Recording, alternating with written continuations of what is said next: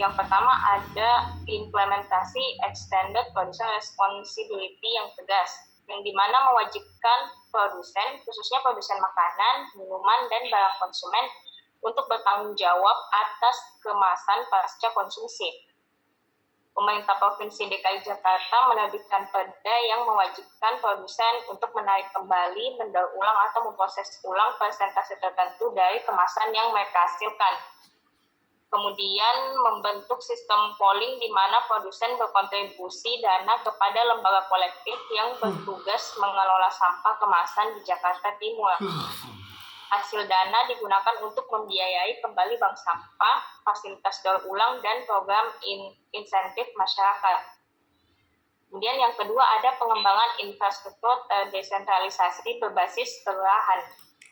Membangun fasilitas pengolahan sampah skala kelurahan untuk memangkas biaya dan emisi transportasi sampah, yaitu membangun pusat daur ulang dan kompos kelurahan di setiap kelurahan yang dilengkapi dengan mesin pencacah plastik, tempat pengomposan sampah organik, biodigester skala kelurahan untuk mengolah sampah organik pasar dan rumah tangga menjadi biogas dan pupuk organik.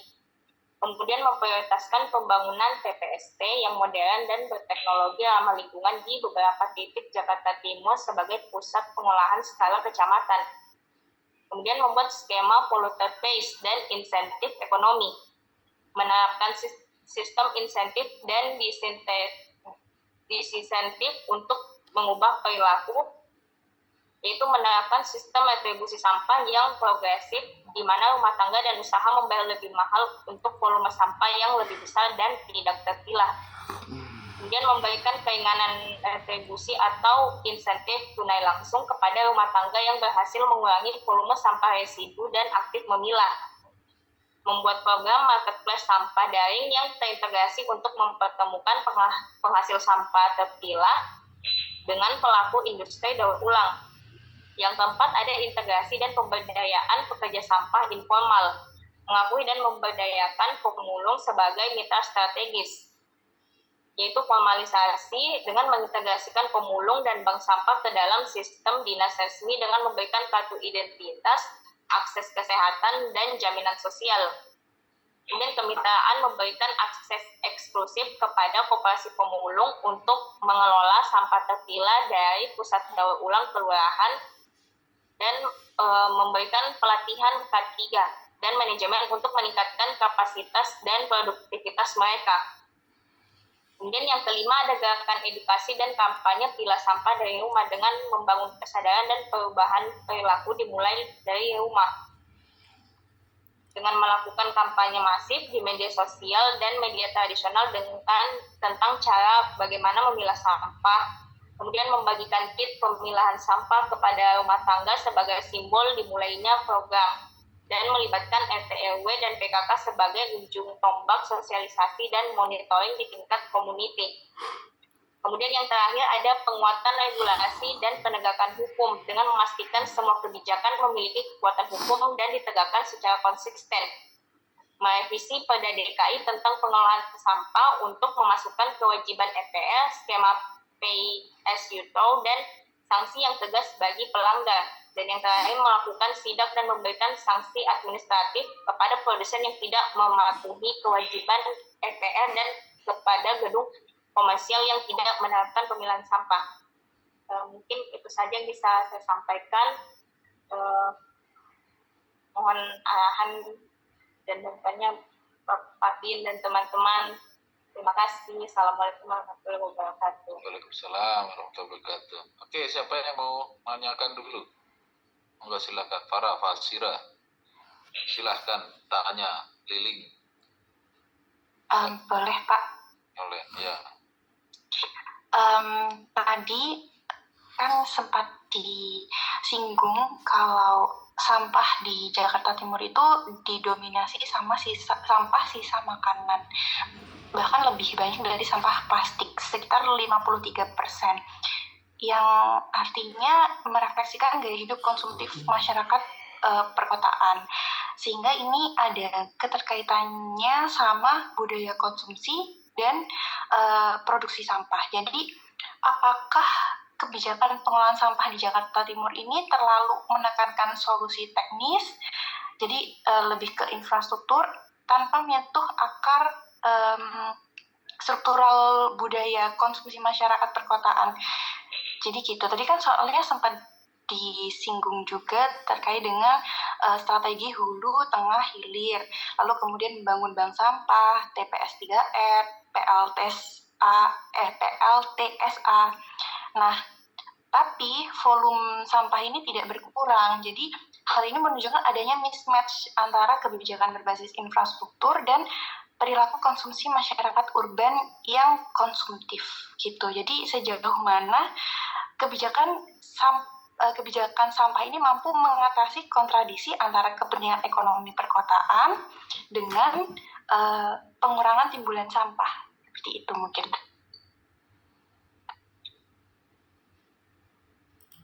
Apakah suara saya masuk? Masuk, Mbak. Masuk, Mbak. Nah, baik, terkait pertanyaan dari Mbak Farah, dari presentasi yang sudah saya jelaskan tadi, memang solusi yang ditawarkan dari pemerintah itu cenderung lebih ke teknis.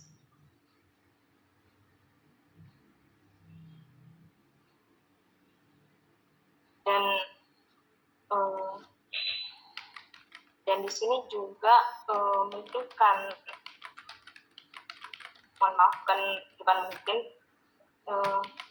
tapi memang sejauh ini yang saya temukan belum ada program yang menyentuh dari aspek budaya yang terkesan konsumtif dari masyarakat itu sendiri. Jadi memang seringkali implementasinya itu tidak maksimal dan tidak menyasar akar masalah yang memang konsumtif.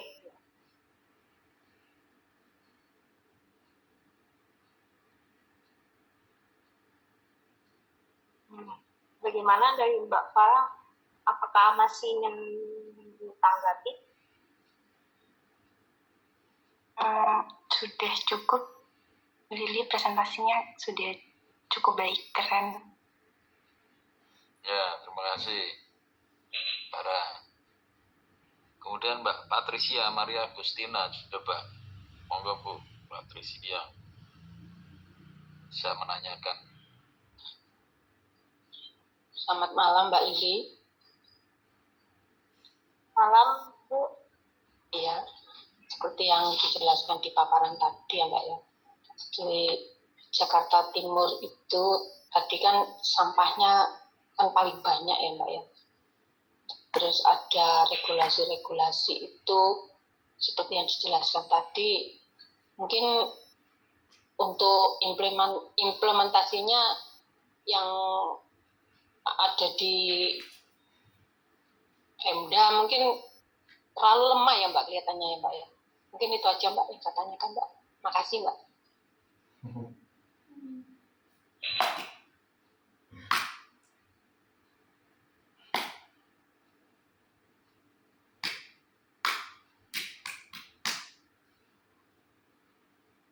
Mohon maaf Bu, mungkin pertanyaannya bisa diulang kembali. Oh iya Mbak, siap Mbak. Seperti yang dijelaskan di atas tadi, untuk yang di Jakarta Utara tadi ya Mbak, kalau Mas. Itu kan sampahnya kan banyak sampah konsumtif ya Mbak. Sedangkan katakanlah kayak perbunya itu mungkin masih lemah, mungkin implementasinya kalau saya lihat tadi sepertinya apa masih lemah atau gimana Mbak? Terima kasih Mbak.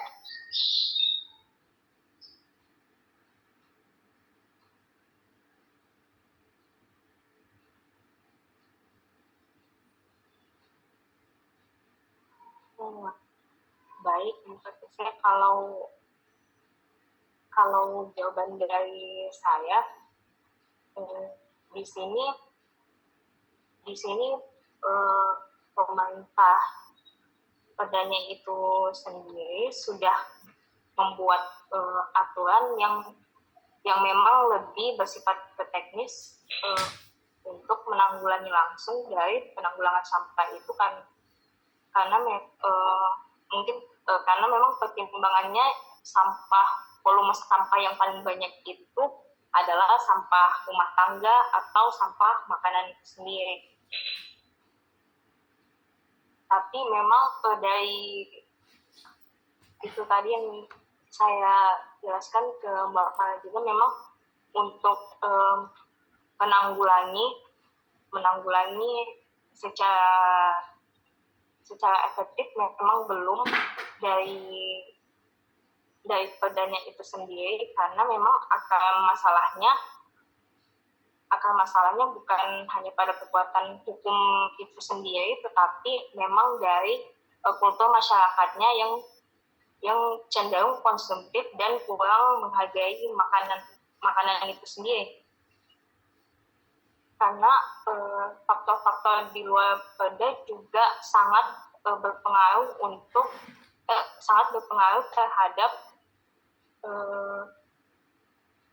terhadap volume sampah yang semakin hari semakin menumpuk. Dan juga dari yang saya jelaskan tadi, infrastrukturnya memang tidak mendukung dan tidak memadai, dan memang tingkat partisipasi masyarakatnya itu masih rendah. Kan di luar dari itu juga memang adanya keterbatasan anggaran dan teknologi, karena untuk mengelola sampah secara berkelanjutan seperti teknologi pengomposan yang skala besar itu membutuhkan dana yang sangat besar, sehingga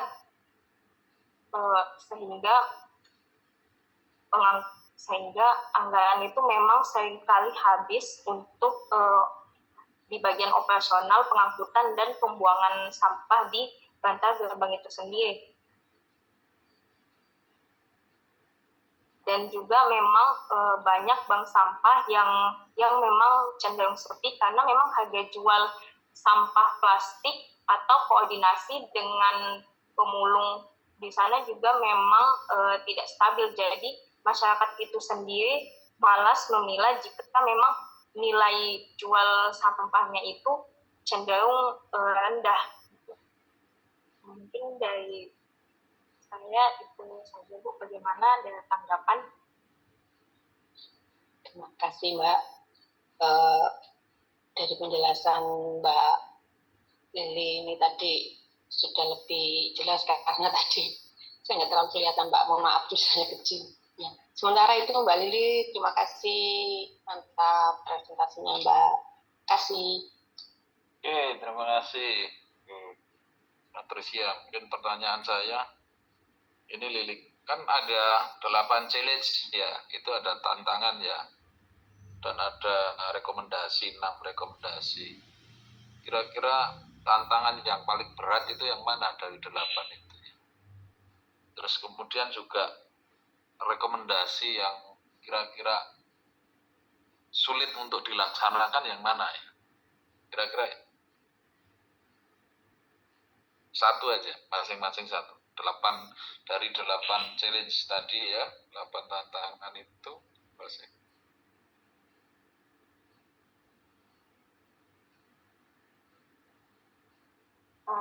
Baik Pak, kalau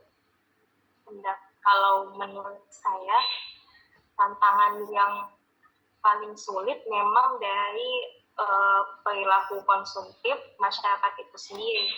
Jadi seperti yang dibahas tadi sebelumnya, memang salah satu akar masalah yang paling besarnya itu adalah gaya hidup masyarakat yang memang setiap harinya itu menghasilkan banyak sampah sisa makanan dan sampah rumah tangga.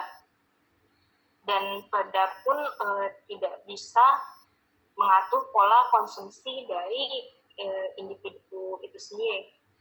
Kemudian kalau terkait rekomendasi yang paling sulit untuk dilakukan, mungkin lebih ke arah pengelolaan sampah yang membutuhkan anggaran dan teknologi yang besar seperti misalnya biodigester atau fasilitas daur ulang, karena pengelolaan sampah yang berkelanjutan seperti itu tentunya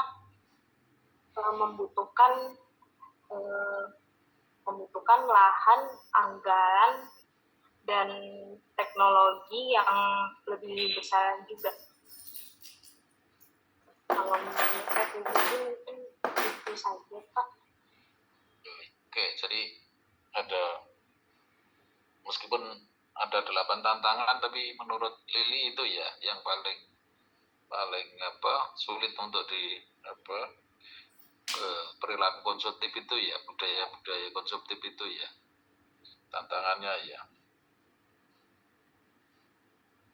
Pak Bin, mohon izin, apakah boleh menambahkan ya Pak Bin? Oh iya, boleh. Oke, silakan. Monggo. Mungkin saya mau sedikit menambahkan tadi yang dipresentasikan sama Mbak Lili ya. Terkait dengan pengolahan sampah ini, saya kira kan masalahnya sangat kompleks. Namun pemerintah hari ini yang saya ketahui, mungkin nanti kalau teman-teman ada atau punya referensi lain bisa disanggah.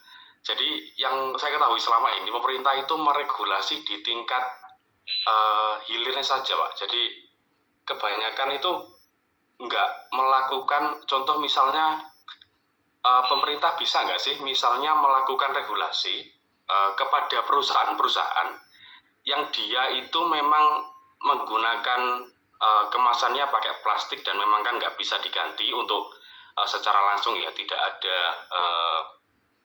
bahan yang bisa menggantikan itu. Saya pernah membaca contoh misalnya sampah kita hari ini Pak, untuk saset misalnya ya, kalau misal kita konsumsi barang yang kita beli di toko atau di minimarket atau di supermarket itu ada Unilever dan Wings. Nah, bisa nggak sih misalnya dua perusahaan itu kan sebagai produsen sampah plastik yang mereka hasilkan. Nah, bisa nggak sih pemerintah itu memberikan regulasi kepada perusahaan-perusahaan itu untuk misalnya memberikan opsi agar mereka bikin bahan baku agar kemasan mereka itu lebih ramah lingkungan gitu. Jadi kita hari ini kan banyak regulasi tentang misalnya bikin TPST, bikin pengolahan kompos, bikin biopori, bank sampah, itu kan masyarakat di tingkat bawah Pak. Tapi perusahaan-perusahaan yang kemudian mereka juga berkontribusi mendapatkan keuntungan dari mereka jualan dalam tanda kutip, itu mungkin juga perlu diperhatikan oleh negara atau pemerintah. Mungkin itu Pak Bin kalau saya. Jadi mungkin di rekomendasinya bisa ditambahkan memberikan rekomendasi kepada perusahaan-perusahaan itu. Oke, gitu sih. Ya. Nah, ini nanti bisa dimasukkan ya Mbak Lilik ya. Iya Pak. Itu menarik ini sebenarnya ya. Ya, terima kasih Mas Fatila. Ya, meskipun ini jadi kesulitan juga, misalnya sekarang plastik kan detail lewat digital ya. Nah betul, iya Pak. Nah, itu kan sulit untuk dodolan wong Cina kan gitu ya. Di sana langsung ke sini nih gimana? Nah, perusahaannya mungkin di daerah mungkin masih bisa, tapi ya nggak apa-apa. Mesti di Jakarta Timur kan ada perusahaan yang berkaitan dengan plastik ya. Tapi yang tidak terjangkau memang menjadi sangat sulit. Tapi nggak apa-apa, itu refleksi menarik ya. Jadi pemerintah harus juga itu ya, ngatur perusahaan yang harus dimensinya juga ramah lingkungan, sehingga yang di bawah nggak kesulitan juga ya. Iya betul. Yang saya ketahui juga itu yang tingkat lokal ya Pak Bin, itu di Desa Panggung-Harjo. Itu Pemdesnya itu punya kebijakan, kalau misalnya contoh Aqua, Danone, itu mereka itu diperbolehkan jualan di sana, tapi dengan catatan sampah plastik dan kardusnya mereka yang beli. Oh gitu. Iya. Balik lagi ya. Jadi perusahaan juga balik ke perusahaan lagi ya. Betul Pak. Jadi sampahnya itu plastiknya dan kardusnya itu dibeli lagi sama Danone. Oke. Oh ini menarik ini ya. Oke, nah ini nanti tambahan si Lililing ya nanti. Oke, terima kasih. Ini Urban Environment Mungkin ada teman lain yang pengen urban social service atau siapa? Izin Pak Bin, kalau boleh menambahkan Pak Bin. Ya. Oke. Pak. Assalamualaikum warahmatullahi wabarakatuh. Mohon izin Pak Bin dan teman-teman. Pak, terkait sampah, kami pribadi ada pengalaman Pak. Jadi terkait pengelolaan sampah, kami pernah berstudi banding Pemkab Sidoarjo ke Pemkot Batu. Jadi kenapa sih kita ke Batu? Karena di sana informasinya pengelolaan sampah itu sudah tidak dipegang oleh Pemkot, tetapi sudah diserahkan masing-masing Pemdes dan kelurahannya, karena ada informasi Pemkot sudah kewalahan seperti itu. Jadi di suatu desa di Kota Batu itu dia memanfaatkan CSR Bapak, jadi membuat TPS bukan bank sampah. Tadi kalau yang di datanya Mbak Lili kan bank sampah per RW. Kalau di Kota Batu itu desanya membuat TPS langsung Pak per dusun, kalau nggak per RW gitu. Jadi satu desa itu ada beberapa bank sampah, ada beberapa TPS yang sudah ada tungku pembakaran, pengelolaannya sudah sistematis seperti itu Bapak, sehingga mereka sudah tidak ada lagi bergantung dengan TPA Pemkot. Dari situ mereka juga bisa memanfaatkan swakelola dari masyarakat, jadi pengelolanya masyarakat, terus nanti masyarakat yang membuang itu ditarik tarif berapa sesuai kesepakatan hasil musdes, musyawarah desa, serta petugas yang memilah sampah antara yang bisa dibakar dan yang organik yang dipakai untuk bahan ternak itu mereka dikasih BPJS Ketenagakerjaan dan Kesehatan. Jadi ketika ada sesuatu hal terkait permasalahan baik kesehatan atau keselamatan kerja, mereka sudah ditanggung oleh BPJS seperti itu Bapak. Mungkin itu Bapak bisa jadi referensi, jadi memanfaatkan CSR, membuat TPA sendiri di masing-masing dusun atau RW. Terima kasih Bapak.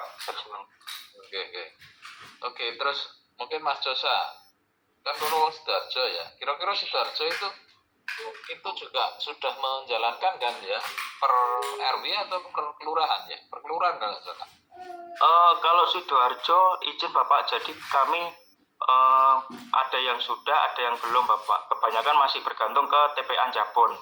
Jadi data dari DLHK kemarin dipresentasikan di Pak Bupati bahwasanya ketika ini berjalan seperti ini terus menggantungkan TPA Jabon, tahun 2045 Jabon sudah tidak bisa menerima lagi sampah.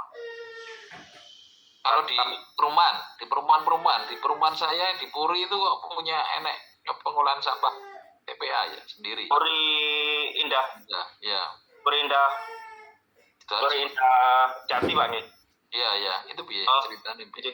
Izin Bapak, kebetulan saya di Kahuripan Bapak, jadi kalau tidak salah insya Allah Kahuripan sama Puri Indah itu semua pengepulnya di situ, tapi itu pakai bukan punyanya Pemda tapi punyanya swasta gitu Pak. Yang mengelola, mereka juga nanti membayar retribusi ke TPA Jabon untuk per damnya gitu. Oh, jadi tetap masih dikirim ke Jabon ya?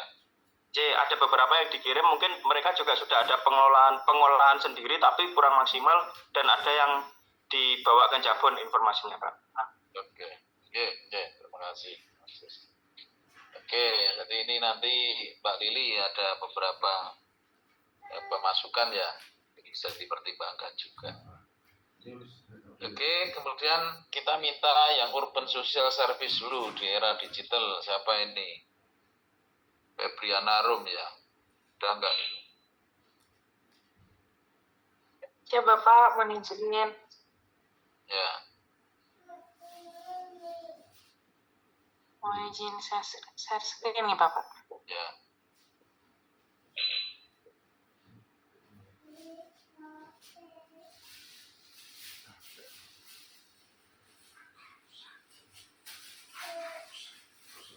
Assalamualaikum warahmatullahi wabarakatuh. Mohon izin rekan-rekan, mohon izin Bapak.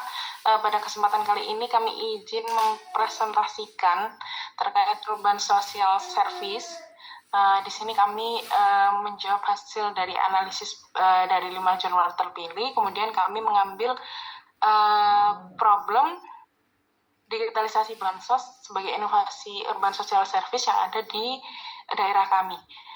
Masuk ke 5 jurnal terpilih sebagai berikut: Digital Service Substitution and Social Networks, sampai kepada yang kelima yaitu Smart Cities, The Digital Divide, and People with Disabilities. Pada jurnal yang pertama, di sini dibahas bahwa munculnya beberapa persoalan ketika layanan sosial di kota mulai banyak, seperti kesenjangan digital, kemudian mulai interaksi sosial langsung, dan dari analisis jurnal ini ada beberapa langkah yang bisa diterapkan dalam konteks urban social service, yakni dengan hybrid service, peningkatan literasi digital, serta penguatan ruang sosial komunitas.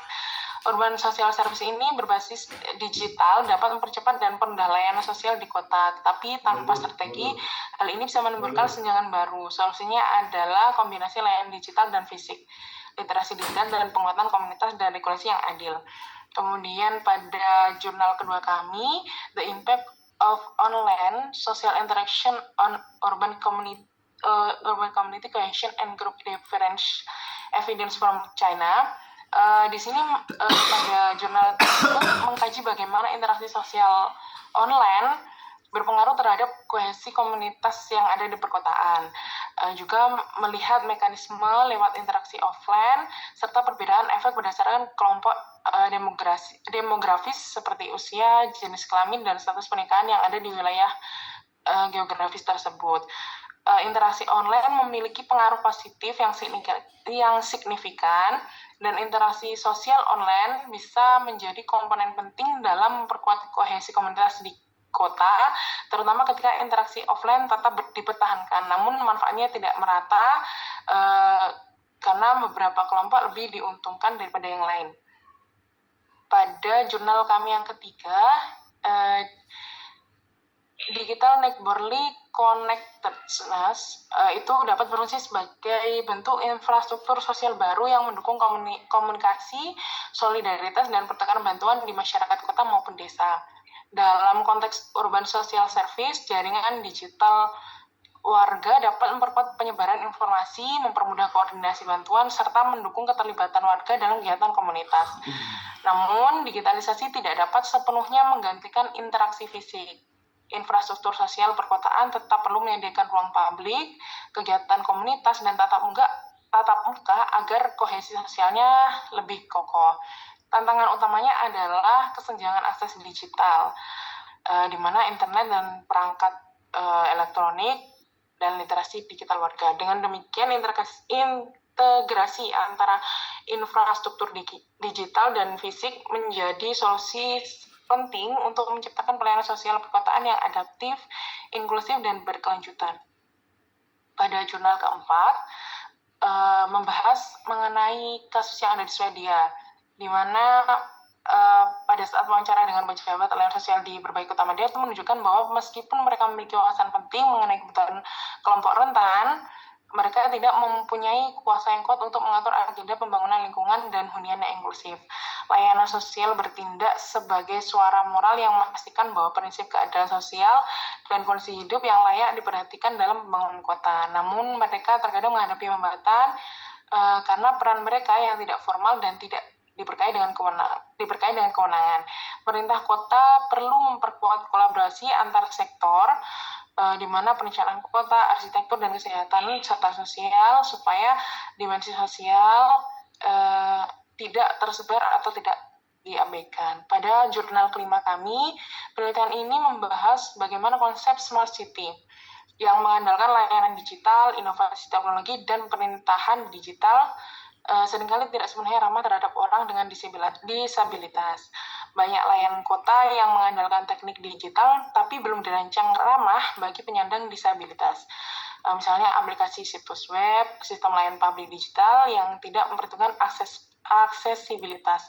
Fokusnya adalah pada akses, inklusivitas, dan kepemimpinan dalam digital accessibility sebagai bagian dari governance kota agar kota kita tidak hanya efisien atau menarik secara digital, tapi juga ada secara sosial. Dari kelima jurnal yang telah kami pilih dan ada beberapa yang kami adopsi, kemudian kami uraikan dalam beberapa analisis dan kami temukan dalam problem yang ada di daerah kami. Dari 5 tersebut kami menyambungkan, mengkonekkan, kemudian kami mendapati ada semacam problem yang ada di daerah kami, seperti bahwa sebelumnya ada bansos yang tidak sesuai atau tidak merata, tidak tepat sasaran pada saat pemberian bansos. Maka sebagai jawabannya terdapat program, yaitu digitalisasi bansos sebagai inovasi urban social service. Adanya program ini, Banyuwangi juga ditunjuk sebagai pilot project dari dari Kementerian Sosial untuk menjadi wilayah pertama menerapkan digitalisasi bansos ini. Jadi Kabupaten Banyuwangi ditunjuk sebagai pilot project nasional, tujuannya untuk memastikan ketepatan sasaran, transparansi, dan efisiensi penyaluran. Digitalisasi dilakukan melalui integrasi data, menerima verifikasi identitas yang berbasis sistem informasi dan mekanisme penyaluran non-tunai.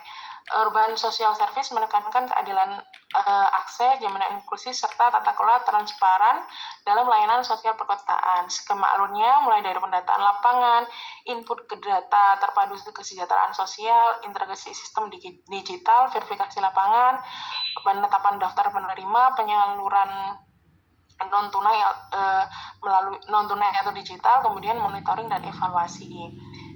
Pada dasar hukumnya dalam melaksanakan digitalisasi bansos ini terdapat beberapa dasar hukum, yakni Undang-Undang Nomor 13 Tahun 2011, kemudian Undang-Undang Nomor 27 Tahun 2022, Peraturan Presiden Nomor 83 Tahun 2005, serta Peraturan Menteri Sosial Nomor 3 2021 dan Peraturan Menteri Sosial Nomor 5 Tahun 2019 tentang penyaluran bantuan pangan non-tunai. Analisis yang kami dapati pada digitalisasi bansos yang menjadi inovasi urban social service, yakni adanya kesenjangan akses digital, di mana warga miskin, lansia, dan penyandang disabilitas ini sering tidak memiliki gadget atau akses internet. Kemudian risiko eksklusi administrasi, di mana ketidakcocokan identitas dapat menyebabkan penerima berhak terhapus dari daftar dan mekanismenya belum berjalan optimal. Kemudian perlindungan data pribadi, yang dimaksud di sini adalah data sensitif seperti identitas biometrik ini masih rawan disalahgunakan karena belum adanya protection of officer yang kuat seperti itu di tingkat daerah. Kemudian adanya keterbatasan kapasitas SDM, di mana operator lokal dan agen pendamping masih membutuhkan banyak pelatihan yang berkelanjutan. Rekomendasi yang mampu kami tawarkan seperti itu: layanan sosial inklusif, dilihat dari masalahnya, karena tidak semua warga miskin memiliki telepon pintar, misalkan akses internet dan literasi digital, maka diterapkan model layanan hybrid, di mana selain kita melaksanakan atau memberikan informasi terkait digital, kita juga harus mampu melaksanakan tatap muka, sehingga apabila memberikan sosialisasi itu bisa tersampaikan sampai paham kepada orang-orang yang sekiranya belum paham terkait hal tersebut. Kemudian menyiapkan pos layanan keliling di wilayah padat penduduk dan desa terpencil, fasilitasi pusat bantuan digital di kelurahan atau desa dengan pendamping yang ramah lansia dan penyandang disabilitas.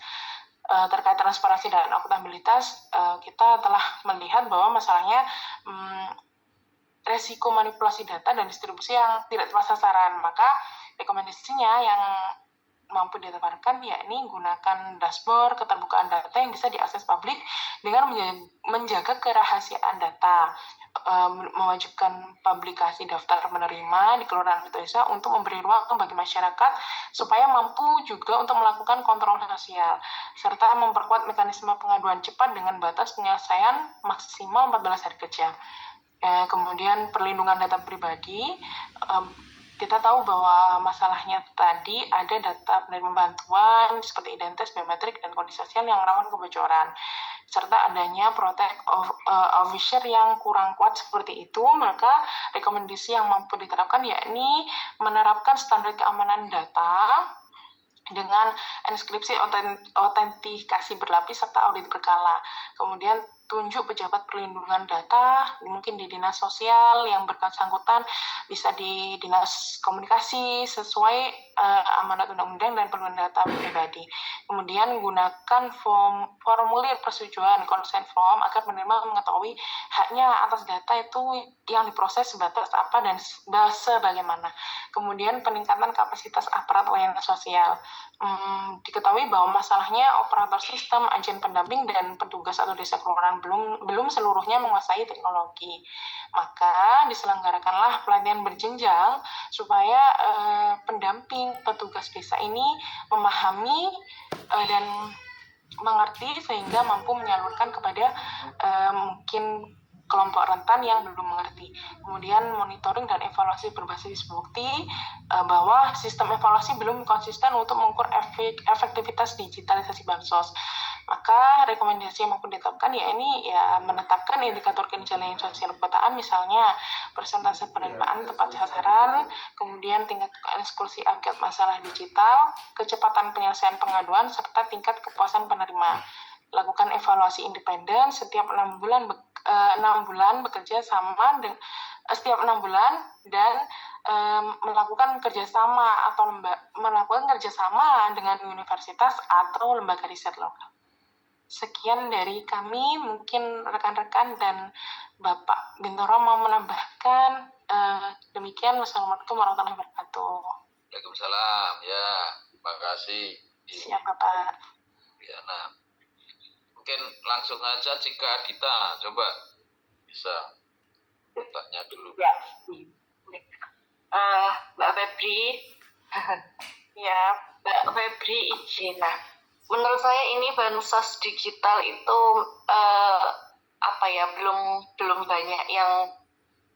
belum banyak yang menerapkannya. Jadi menurut saya ini, saya juga baru pertama kali dengar kalau digitalisasi bansos itu bisa didigitalisasikan begitu ini pemasarannya.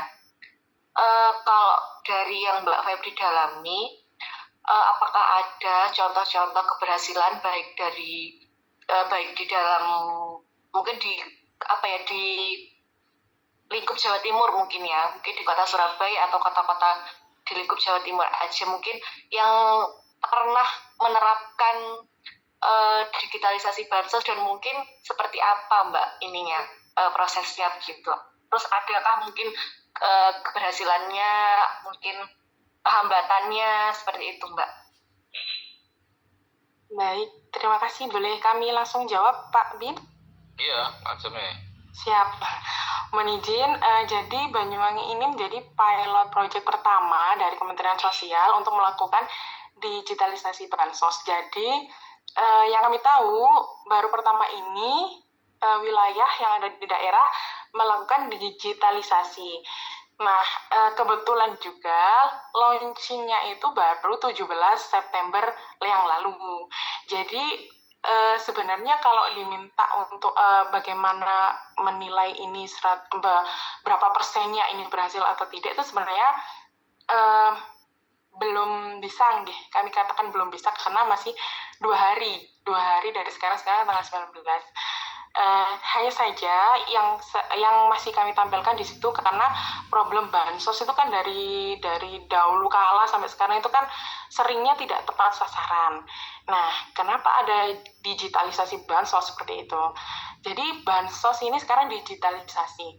Yang kami tahu di lapangan, jadi prosesnya apabila kelompok rentan ini memang betul-betul dan sama sekali tidak bisa melakukan misalkan tidak bisa jalan ke kelurahan atau tidak bisa jalan seperti ini, jadi pihak dari dinas sosial, pihak dari kelurahan, desa ini turun langsung di kediaman beliau yang kurang bisa ini tadi, kelompok rentan yang kurang bisa untuk maksudnya melaksanakan mobile.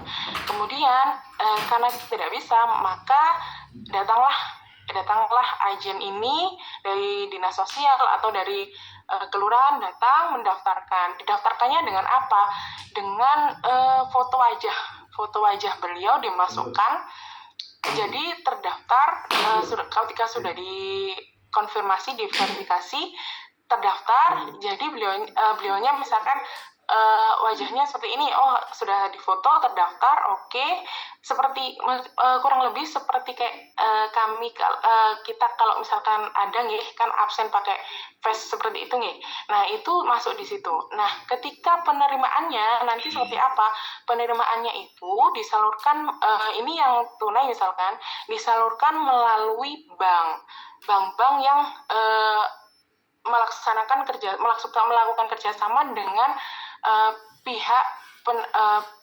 melakukan kerjasama dengan Kemensos untuk menyalurkan uang tersebut, bantuan tersebut. Nah kemudian supaya bisa tersalur nih gimana, kan posisinya ini yang rentan nih masih di rumah, uangnya di bank. Nah gimana, dibantulah oleh kelurahan untuk ini tadi absen ya, misalkan absen, tapi tetap banknya ini mengikuti. Jadi mau tidak mau uangnya pasti tetap diterima yang bersangkutan. Jadi meminimalisir dan mengurangi sedikit banyaknya tidak tepat sasaran bansos. Maka karena digitalisasi bansos ini, jadi akan benar-benar orangnya yang menerima, karena ada face dan ada beberapa juga seperti sidik jari seperti itu nih. Kalau bukan orangnya yang mengambil, ya tidak bisa, otomatis tidak akan cair itu bantuan seperti itu. Terima kasih Mbak. Oh, oke, siap Mbak Febri. Berarti ini keaktifan dan jemput bolanya si petugas kelurahan atau desa itu mungkin sangat dibutuhkan ya Mbak ya. Iya, betul. Oke Mbak, matur nuwun ya Mbak Febri. Sama-sama Mbak Cika. Oke, mungkin ada pertanyaan, Elis? Enggak. Inggih Pak Bin. Inggih, mungkin menarik sekali presentasinya dari Mbak Febri, komprehensif juga, mungkin karena Mbak Febri juga banyak pengalaman ya Mbak dalam hal digitalisasi bansos, termasuk dalam di case-nya di Kabupaten Banyuwangi. Nah, mungkin saya ingin sedikit tahu perspektif dari Mbak Febri.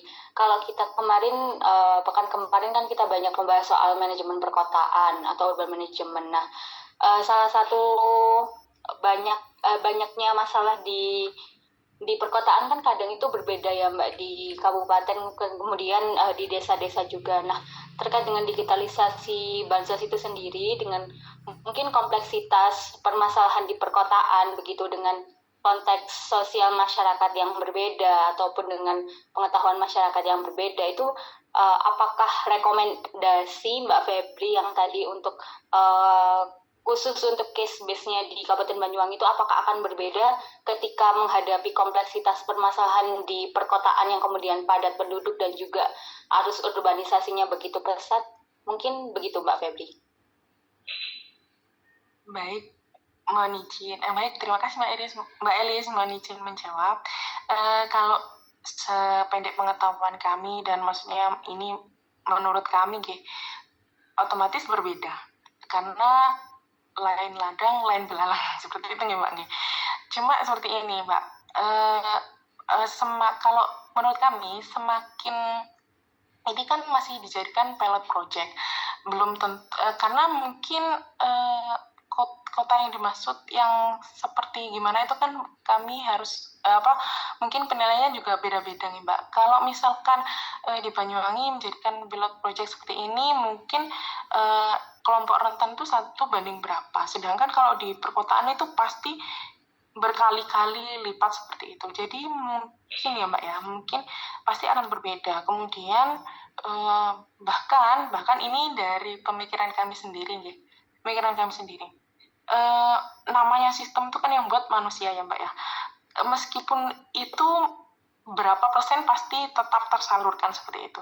Tapi kalau orang ini otak-otaknya, maksudnya SDM-nya SDM-nya yang dikatakan rendah atau SDM yang dikatakan kurang itu menurut saya kan orang yang tega sama orang ya. Kalau misalkan nih contoh kalau sudah digitalisasi misalkan di kota yang lebih besar karena kebutuhannya juga lebih banyak misalkan kita juga nggak tahu ya misalkan kalau ini tadi kan sistem yang door to door-nya itu kan sampai ke bawah banget. Kalau misalkan sampai ke bawah banget di kota yang besar itu bisa saja ya Mbak, misalkan kalau tetap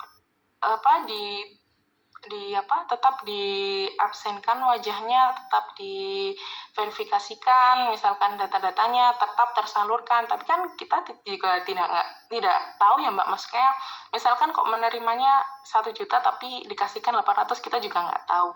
Jadi pasti ada problem dan pasti ada perbedaan permasalahan dari setiap daerah seperti itu Mbak. Ini Mbak Elis. Makasih banyak Mbak Febri buat jawabannya, karena memang saya pernah Mbak, kalau nggak salah tahun 2023 itu saya ada kajian AMDAL begitu ya Mbak Febri, Kota Surabaya. Itu memang kalau menyoal data juga itu sangat sulit ya Mbak kalau konteksnya memang di perkotaan, karena banyak slum area yang kemudian di sana itu banyak sekali keluarga-keluarga rentan itu yang bahkan itu tidak memiliki identitas yang pasti gitu. Jadi bahkan untuk identitas dasar aja mereka nggak punya, kemudian untuk dialihkan ke identitas yang untuk penerima bansos itu memang sangat kompleks mungkin kalau digeser ke permasalahan di perkotaan. Terima kasih banyak Mbak Febri atas jawabannya, sangat menambah pengetahuan. Terima kasih Mbak Elis, siap. Mungkin Mas Farhan ada nggak? Izin ada Pak. Coba kira-kira apa yang perlu di. Ini barang ini menarik ini Pak. Terima kasih Mbak Febri, terima kasih presentasinya tadi luar biasa ya. Jadi memberikan insight baru. Saya sih cukup ini karena di awal tadi disampaikan Mbak Cika juga tadi ada menyampaikan bahwa nanti perannya dari teman-teman di kelurahan itu akan sangat besar karena seperti jemput bola. Nah, pertanyaan saya ini kira-kira di Banyuwangi itu nanti apakah PNS-PNS-nya atau yang di kelurahan itu benar-benar siap gitu maksudnya kira-kira gambarannya seperti apa Mbak? Dari Mbak Febri aja sehari-harinya seperti apa, maksudnya teman-teman di kelurahan itu kira-kira sanggup nggak kalau bantunya seperti itu. Terus yang kedua juga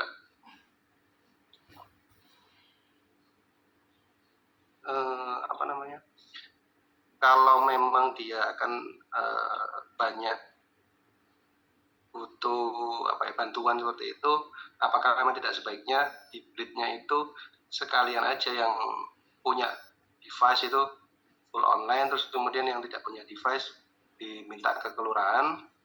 Tapi kan memang takutnya itu nanti akan ada risiko ini pungli. Nah itu memitigasinya itu mungkin seperti apa? Itu sih Mbak Febri. Terima kasih.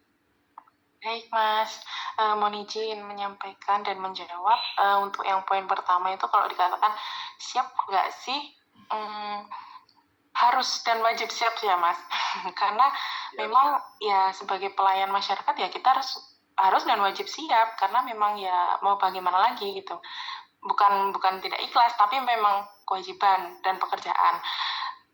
Bahkan sebelum ini saya agak geser, bahkan sebelum misalkan ada kegiatan ini pun kami ini sebagai PNS dan ASN yang ada di Banyuwangi ini setiap tanggal cantik itu selalu ada namanya belanja cantik.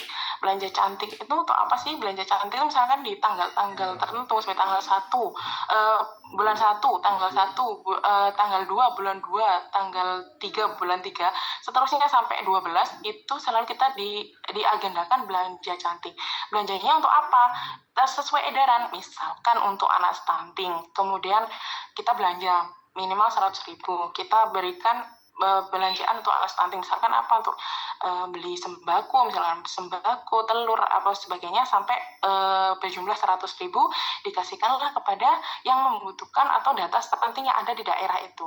Kemudian kita uploadnya itu karena kita laporan bahwa kita sudah melaksanakan seperti itu. Jadi pasti siap dan harus siap karena memang pekerjaannya seperti itu. Kemudian kalau yang kedua tadi, mitigasinya seperti apa? Kalau ini sependek pemahaman kami ya Mas ya, memang pasti ada namanya, semua yang direncanakan, semua yang dilaksanakan itu pasti nggak bisa sempurna 100%. Cuma seperti ini, kayak seperti tadi yang kami sampaikan, ketika misalkan kalau memang yang online itu maksudnya gimana? Kalau misalkan kelompok rentan tersebut memang betul-betul tidak mempunyai gawai pintar misalkan, itu memang full bantuan, maksudnya full agen yang dari kelurahan itu mendampingi. Nah, tersampaikannya itu didampingi juga dengan bank. Jadi turunnya langsung itu dengan bank, dengan orang tersebut gitu. Nah, wallahu alam kalau misalkan sampai ada lagi itu misalkan terpotong gitu nggih, dapatnya 1 juta tapi dapatnya 800 ya, itu kembali lagi ya Mas ya, maksudnya urusannya dengan yang di atas karena gimana kita manusia sudah berencana sampai dari situ, gimana caranya mengurangi dan gimana caranya bisa mendapatkan poin sampai ibaratnya ini harus terrealisasi sampai seperti ini, sampai harus seperti ini, tujuannya supaya tepat dan sasarannya tepat. Tapi kalau ada miss ya berarti ya kembali ke personalnya seperti itu Mas. Terima kasih Mas Farhan. Oke, thank you Mbak Febri. Berarti memang ini ya, apa namanya, karena ini barangnya baru ya. Jadi tapi dari jawabannya Mbak Febri sih cukup potensial. Maksudnya potensial untuk sukses gitu maksudnya. Oh, siap Mas. Terima kasih. Oke, good luck. Terima kasih Mbak Febri. Siap Mas. Oke, ini ada 2 lagi. Demlina atau Wahyu Anugrah ada nggak ini? Oke, pertanyaan. Karena ini menarik.